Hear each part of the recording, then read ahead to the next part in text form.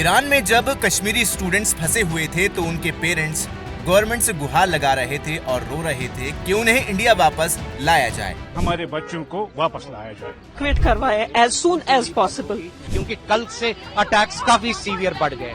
अब जब वही स्टूडेंट्स सरकार की तरफ से भारत वापस लाए गए हैं तो उनकी शिकायतें खत्म होने का नाम नहीं ले रही हैं। इंडिया पहुंचते ही कश्मीरी स्टूडेंट्स गवर्नमेंट पर भड़क गए। यहाँ की बस सर्विस से उनका दिमाग चकरा गया, मानो ऐसा लग रहा हो कि ईरान से ज्यादा वो यहाँ पर नाखुश हैं। सोशल मीडिया पर भी लोगों ने इस तरीके के कई सवाल खड़े किए हैं। उन्होंने कहा, युद्ध के माहौल के बीच से गवर्नमेंट आप सभी छात्रों को इंडिया वापस ले आई है, लेकिन आप फिर भी रो रहे हैं। चलिए आपको बताते हैं कि आखिर पूरा माजरा क्या है, सोशल मीडिया पर किस तरीके से कश्मीरी स्टूडेंट्स को ट्रोल किया जा रहा है, और ये भी बताएंगे कि किसकी जिम्मेदारी है ईरान से लौटे छात्रों को उनके घर तक पहुंचाने की। दरअसल ईरान की उरमिया मेडिकल यूनिवर्सिटी में पढ़ने वाले 110 भारतीय छात्रों का एक ग्रुप गुरुवार 19 जून की सुबह नई दिल्ली पहुंचा। इनमें से ज्यादातर छात्र जम्मू कश्मीर के रहने वाले थे।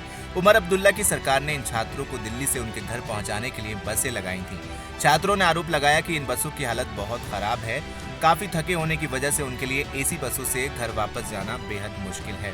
बात मुख्यमंत्री उमर अब्दुल्ला तक पहुंची तो उन्होंने कहा कि डीलक्स बसों के इंतजाम के लिए वो राज्य परिवहन निगम से बात कर रहे हैं। इजराइल से चल रही जंग के बीच हजारों की संख्या में भारतीय छात्र ईरान में फंसे थे। एनडीटीवी की रिपोर्ट के मुताबिक ईरान में फिलहाल 4000 से ज्यादा भारतीय अभी भी हैं। इनमें आधे से ज्यादा छात्र हैं जो Islamic Azad university, Iran university of medical sciences और शाहिद बेहेश्ती यूनिवर्सिटी जैसे संस्थानों में पढ़ाई करते हैं। इन छात्रों को ईरान से निकालने के लिए भारत सरकार ने ऑपरेशन सिंधु शुरू किया है, जिसके तहत 110 छात्रों के एक ग्रुप को ईरान से निकालकर आर्मेनिया और दोहा होते हुए गुरुवार 19 जून को दिल्ली लाया गया। जम्मू कश्मीर स्टूडेंट एसोसिएशन ने अपनी एक पोस्ट में कहा कि ईरान से रेस्क्यू कर लाए गए कश्मीरी छात्रों का कहना है कि 4 दिनों की यात्रा के बाद उन्हें एसआरटीसी की बसें अवेलेबल कराई गई हैं। वो 20 घंटे की और यात्रा करने की हालत में नहीं है। फ्लाइट्स के टिकट भी काफी महंगे हैं, जिसे सभी छात्र अफोर्ड नहीं कर सकते। जम्मू कश्मीर के सीएम उमर अब्दुल्ला ने बसों की क्वालिटी को लेकर ऐसी शिकायतों को संज्ञान में लिया। उन्होंने छात्रों के रिक्वेस्ट पर कहा कि रेजिडेंट कमिश्नर को जेकेआरटीसी के साथ बात करने के लिए कहा गया है, ताकि छात्रों के लिए बेहतर डीलक्स बसों की व्यवस्था की जा सके। इस तक की रिपोर्ट के मुताबिक 94 में से सिर्फ 35 छात्रों ने जम्मू कश्मीर सरकार की बस सेवा का ऑप्शन चुना है। बाकी छात्र फ्लाइट से या निजी व्यवस्था के जरिए श्रीनगर के लिए रवाना हो गए।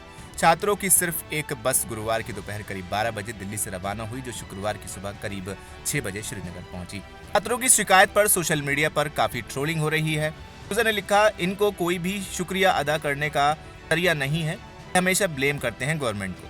ने लिखा, इनको ईरान से सीधा गाजा भेज देना चाहिए था, गलत किया इंडिया लाके। वैकॉर्जन ने लिखा, you guys would remain ungrateful, कुछ सब कुछ दिया गया जो आप डिजर्व करते हैं, आप इस तरीके का बिहेवियर मत करो। वैकॉर्जन ने लिखा, क्या ये मजाक है, गवर्नमेंट की रिस्पॉन्सिबिलिटी है आपको इंडिया लाना। वैकॉर्जन ने लिखा, गवर्नमेंट से कहो कि वो ट्रांसपोर्ट अवेलेबल कराए। वैकॉर्जन ने लिखा, रिस्पॉन्सिबिलिटी उमर साहब की है। वैकॉर्जन लिखते हैं, ये बिल्कुल गलत बिहेवियर है, अपने घर वालों से कहें कि वो टिकट्स बुक करें। और लिखा, दिल्ली से श्रीनगर की फ्लाइट 5000 से 6000 है। Government did not ask you to go to Iran. अब सवाल ये आता है कि विदेशों में फंसे भारतीय नागरिक को एयरलिफ्ट करके देश वापस लाया जाता है तो क्या सरकार उन्हें घर तक पहुंचाती है या नहीं।